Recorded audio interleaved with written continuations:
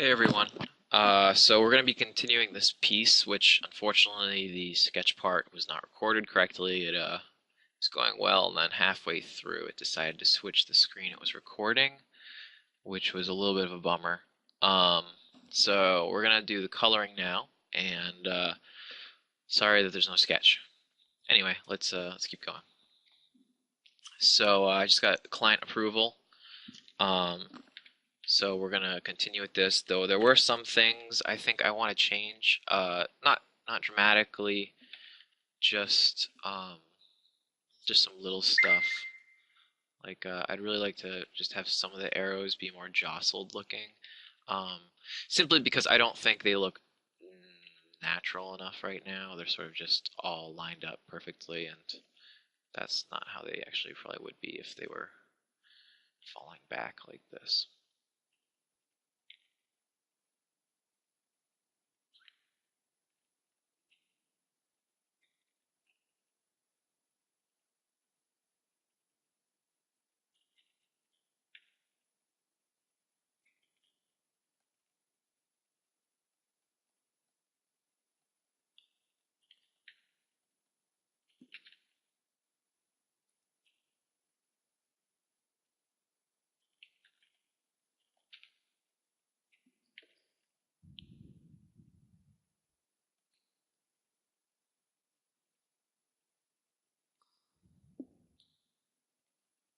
Just adding some arrows.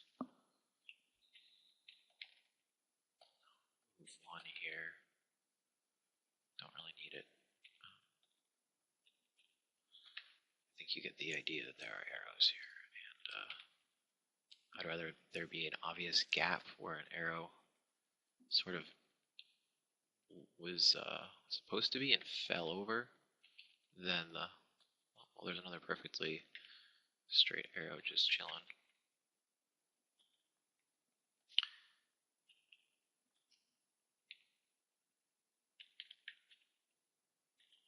This arrow seems ridiculously long.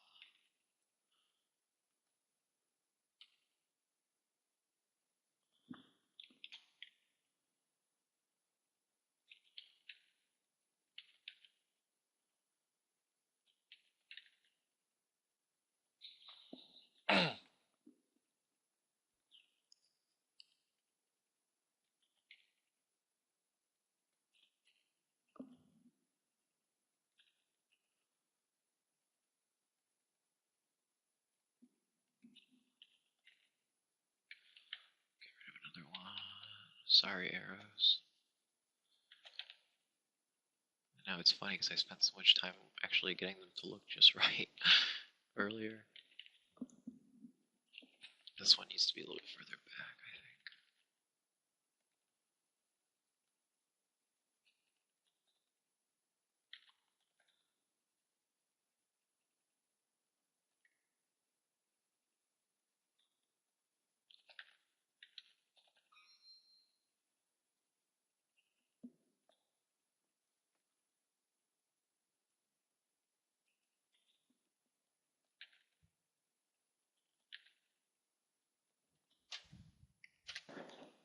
Okay, so let's keep removing some of these arrows.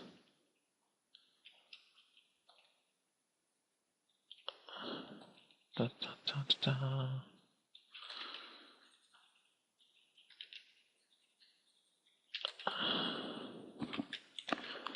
Oops.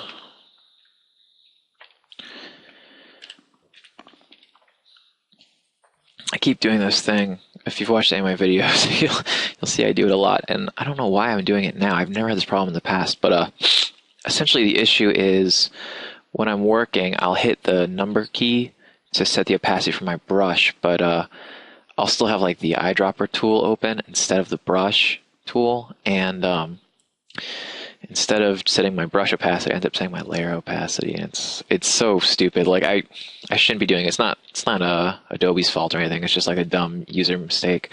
But I just keep doing it. I don't know why. Can't figure out what's wrong with me. And like, after it's happened this many times, you'd think I would have learned, but I don't know. When I press the buttons, I don't really think about what I'm doing. I just do it so fast. and I'm paying for it now, I guess.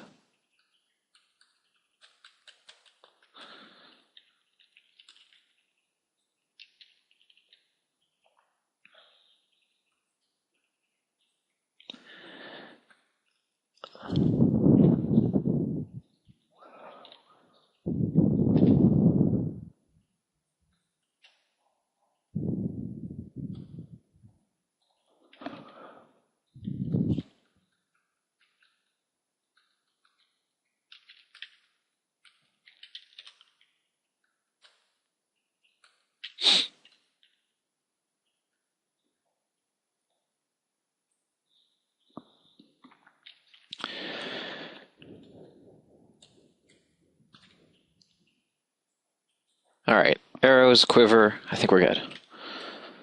I think we're good. Nope, I hate myself. I'm gonna do. I'm gonna do one more.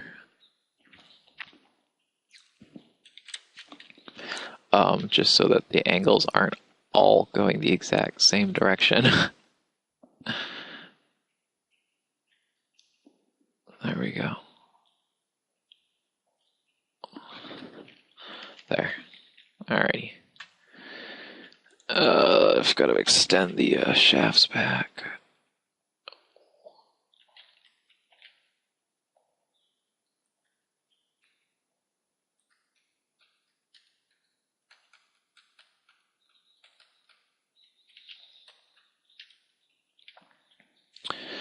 Alright. Fair enough. Now, merge. And there were a couple little things that I wanted to tweak in retrospect. I hope my mic's loud enough. I did a decibel boost because it was just a little bit too quiet. But hopefully this works a little bit better.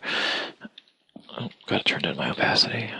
Oh, that time it worked because I had my brush open.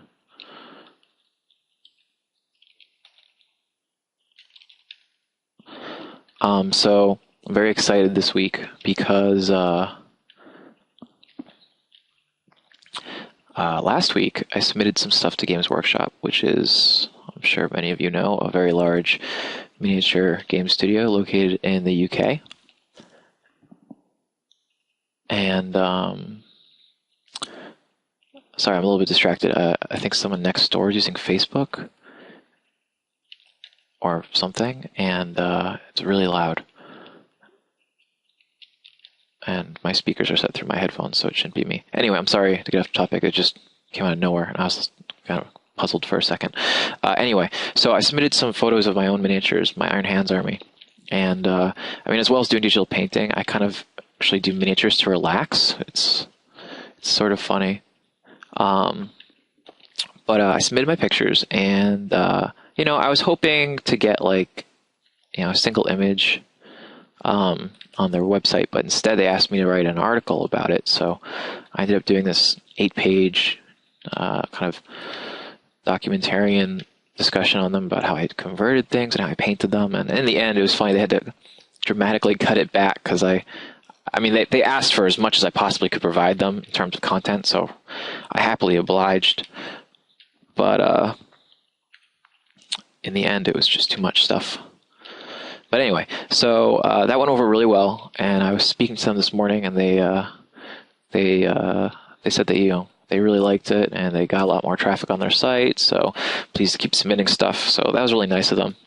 But I also kind of snuck in. I was curious about whether they'd take digital paintings because, well, you know, I love digital painting. I love the Games Workshop intellectual property. Why not combine the two? And they said that they never really thought of it. I guess people don't really submit their drawings and stuff that often, but they said to go ahead and try it. There's, you know, worst case they don't use it. Best case, who knows? So I'll see. Sort of one of my dreams, even since I was little, was to be an artist for Games Workshop. And put in perspective, you know, I've been wargaming for like 16 years now, and that's you know, I was 24, so it's a long time of hoping and dreaming. Okay, so now that we've made those changes, let's go and add a coloring layer. All right, time to add the new folder. So I use color folders, and then I'll add layers inside them.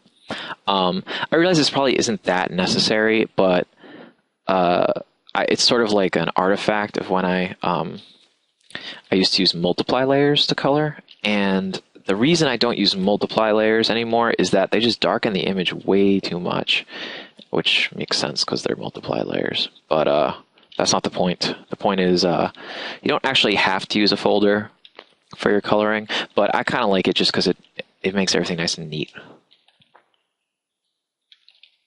Also, it's useful because if I want to just turn off the coloring, I can just say boop off. Or conversely, if I want to change one layer in there, I can just go in and tweak it using the hue saturation. I know some artists just use one layer for everything, and I respect that, but it's not how I work.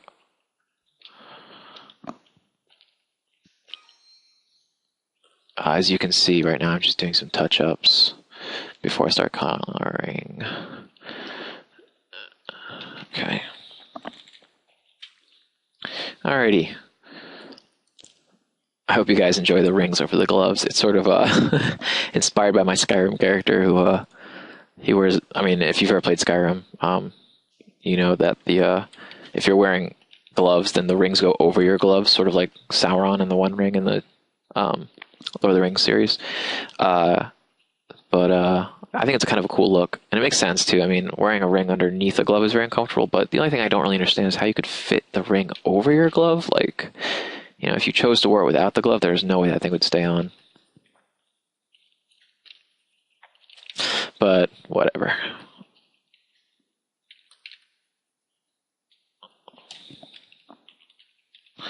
All right.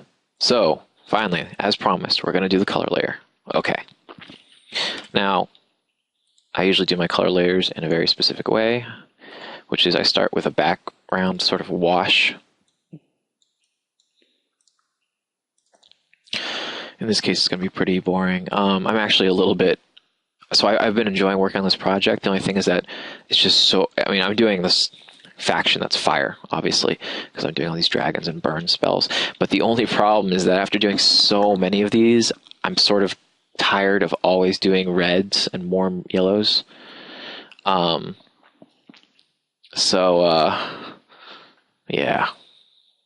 But what are you going to do?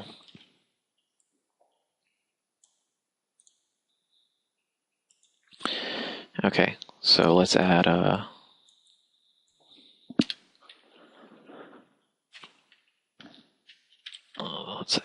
some more of these.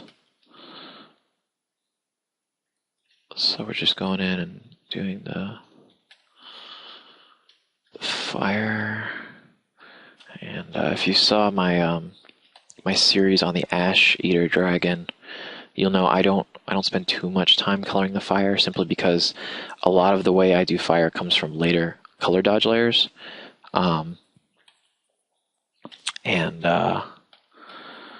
It's just, I don't know, it's kind of redundant because it's just going to be done over anyway, and the color dodges actually add their own color. So it's not extremely necessary. Oh man. Okay, just giving it some more yellow.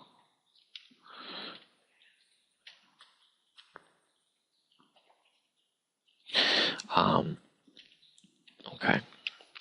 We're going to do another layer for the skin, which is, I mean, it's pretty much going to stay similar to this. The thing is, the light source is so intense and so close that everything's going to be tinted reddish yellow anyway. Oh, whoops, hit the X button. Oh yeah, really quick shortcut, which I love to use, and sometimes loves to be used even when I don't want it to be, is the X button. So if you have two colors selected, boom, boom, you can press X to switch between them. And it's really great if you're doing my whole push and pull thing where push the color here. I didn't quite like it. Push it back. Just switch back. It also is really good because it pulls you away from using.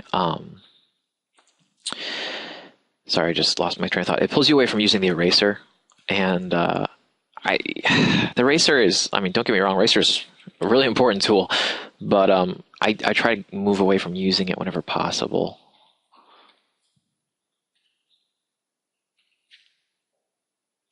Ooh, those teeth look so gross.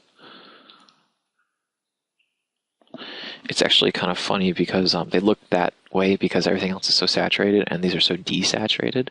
They're not going to add to the value. They're just going to be adding to the essentially the color. They're the hue. They're not going to be affecting the brightness and darkness. Okay, I'll do the center of the mouth. These are going to have to get a little love with the multiply tool layer later.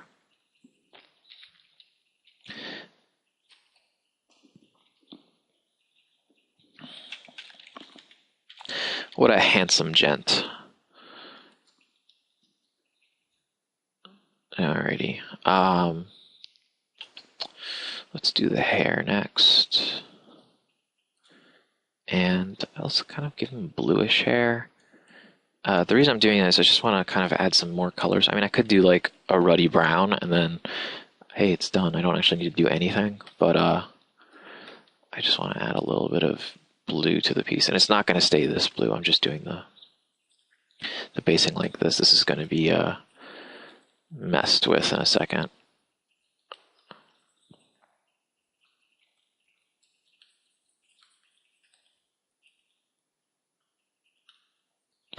I think I might need to get a new nib for my stylus. It's starting to make these kind of weird poppy sounds, like almost a little like just maybe from use. I think since I've done this, I've painted. Since I got this Wacom, I've done quite a few pieces on here. And I don't know, maybe it's like every 100 pieces or something you need to change your nib. But that seems like it would get expensive after a while.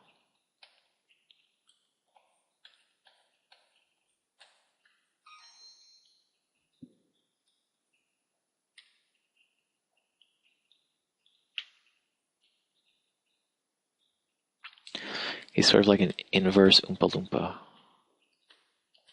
Blue hair instead of green. And we're going to throw a little bit of facial hair on, just so that we don't think he's a young boy being burned. Because no one wants to see that.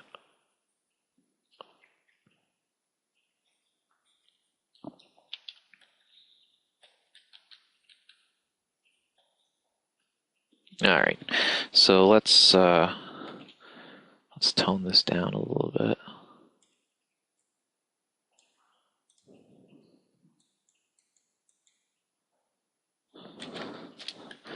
And what we're going to do is we're going to go in with the brush here and get the thinner areas of the hair a little bit less powerful.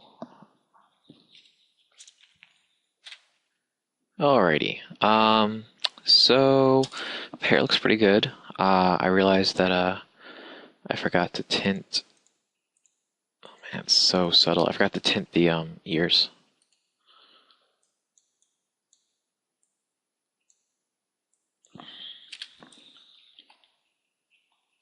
Not that you'll probably even be able to notice. I'm not gonna lie.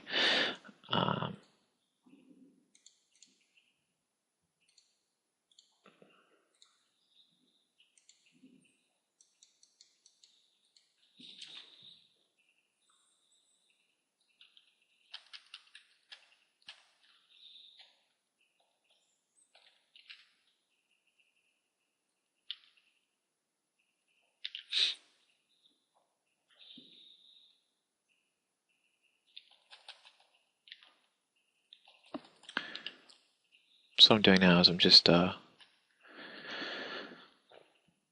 adding some blood vessels. And the human face is kind of interesting because it's sort of, there's 3 bands of color that go across it. The bottom is bluish, even on women. On men, it's more pronounced because of the stubble, but from facial hair. But on women, they even have it as well. It's just not as distinct. The top of the head is usually more yellow. And if I remember correctly, that's actually because the skin is thinner and the skull is more readily visible, which is sort of disturbing. And then the eyes, the eye area is sort of like a purplish blue.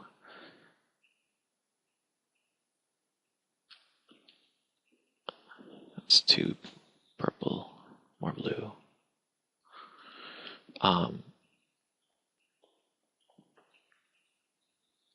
Of course, you can't just leave him looking like this because he looks like a clown or a prostitute. Take your pick. But let's bring it in a little bit. There you go.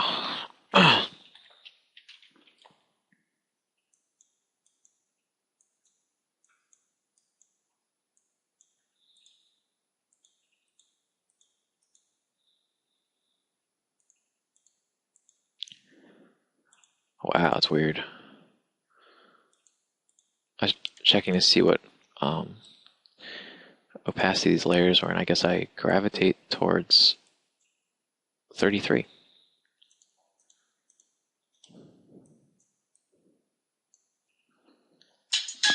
Oop. Gotta take this phone call. 1 second. Hey guys, sorry about that. My recorder tried to pull another switcheroo on me and started recording the other side, but I caught it pretty quickly. So I'm just gonna show you what I did. Whoa, what is going on? What is this thing? Anyway, so pretty much I just did a couple touch-ups, and I'll show you the colors in a second. So I did a couple touch-ups to fix his form, and I can actually show you. So I straightened out the dagger here. I brought in his chest a little bit because he was a little bit excuse me, a little bit ballooned out. So I narrowed him in, and I defined his eyes a little bit better. And actually, I don't know. Maybe the eyes weren't. Maybe the eyes were fine the way they were. Anyway, so I did that, and I darkened his ear. And then I also tried to define his arm shape a little bit more.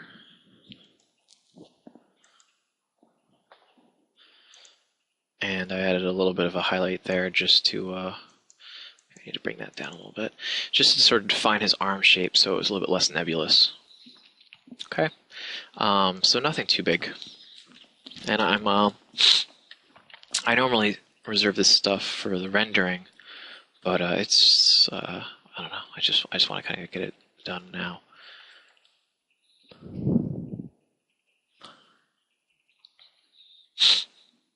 And if anyone has any tips for me about using Camtasia, I don't know why it keeps doing this. I don't know if, I think I said this before, but it keeps like cutting to the other screen, and I don't know why. I thought it had to do with me activating a program on the other screen, but you know, I wasn't actually doing that last time. The time what happened during this recording session, actually, I wasn't doing anything with the other screen, and it still did it. So if there are any Camtasia pros out there, just drop a comment and say, hey, this is what's going on, or try doing this instead. I'd really appreciate it.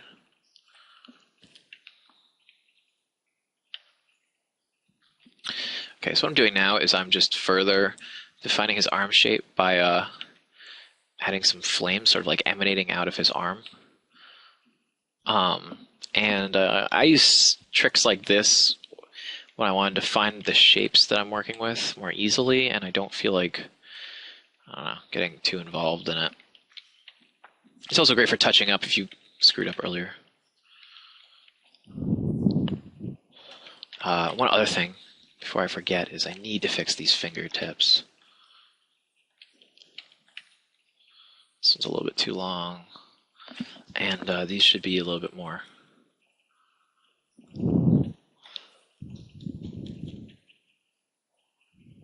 Faded out.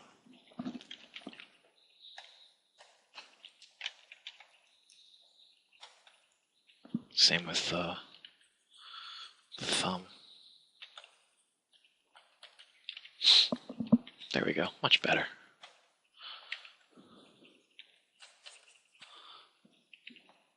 and hopefully it doesn't mess anything up. But before I started I did a couple tests before I started re-recording, but I'm listening to Django right now, radio station. So I was just listening to a little Rammstein. It's going to switch over because, it's a station. I don't really have control over it. And since I'm actually drawing, I really don't have any control over what's happening over there because I'm terrified to switch back. I don't know what will happen. Alrighty. Anyway.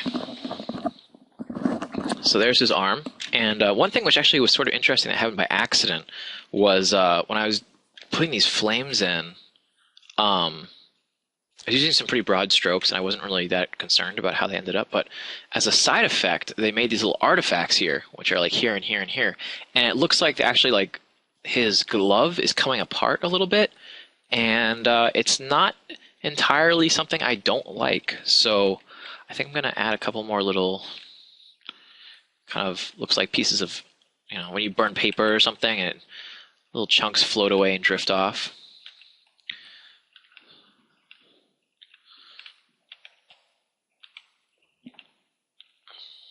Like that.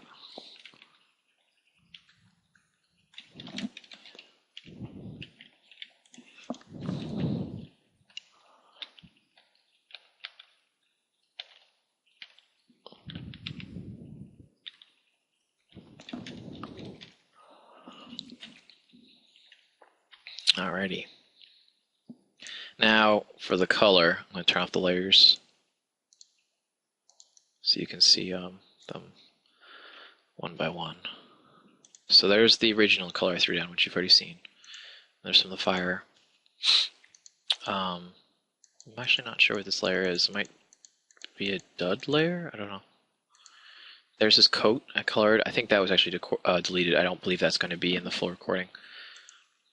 And what the hell is this? Oh, this is some of the leather. There's his skin. It's barely noticeable, I know. There's his lips and ear and nose, I think. There's some, actually, sorry, I'll leave that. There's his hair. And, I don't know what this one is. It looks like it's at 100, so maybe I didn't do anything. Yeah, I don't think there was anything there. But I know what I do want to do, which is I want to sample some of this color. And just put it in like that.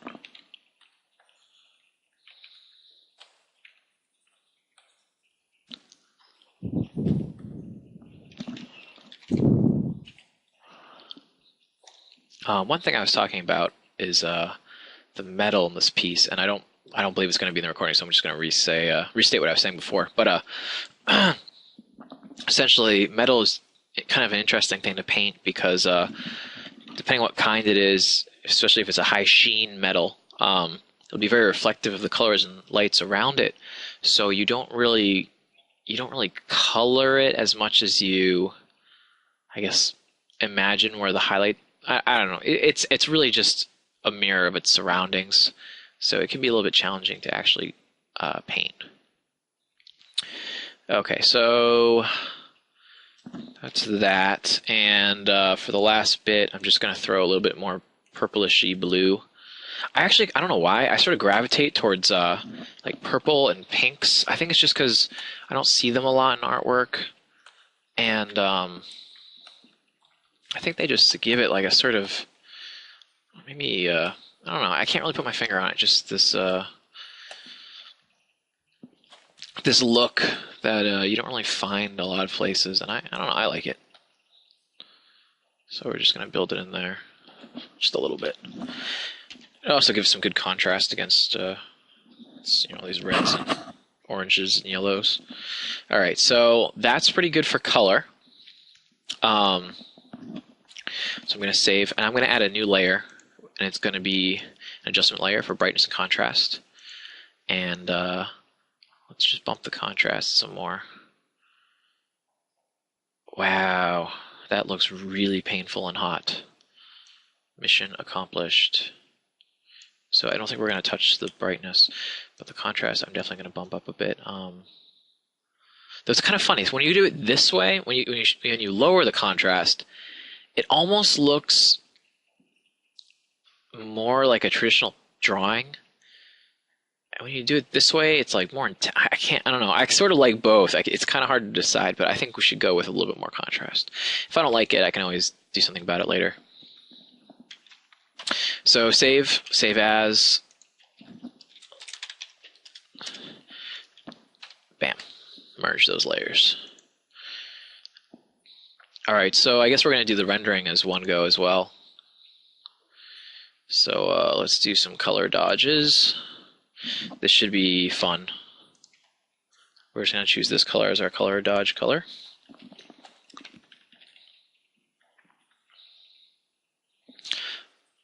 Oh man, that's great.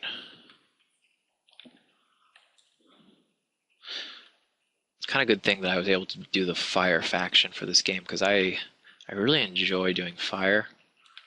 I'm not a pyro or anything, but it's just, I don't know, it's I don't know, it's just so dynamic and does so much interesting stuff.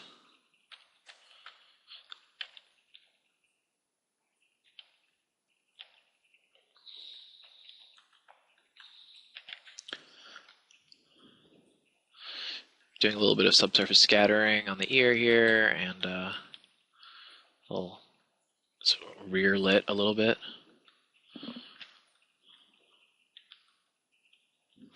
Gotta drop the strength of the brush a little bit, or the eraser a bit. Okay.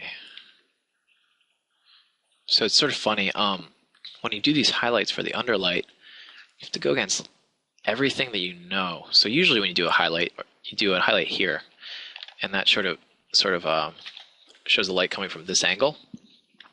But underlighting is the complete opposite.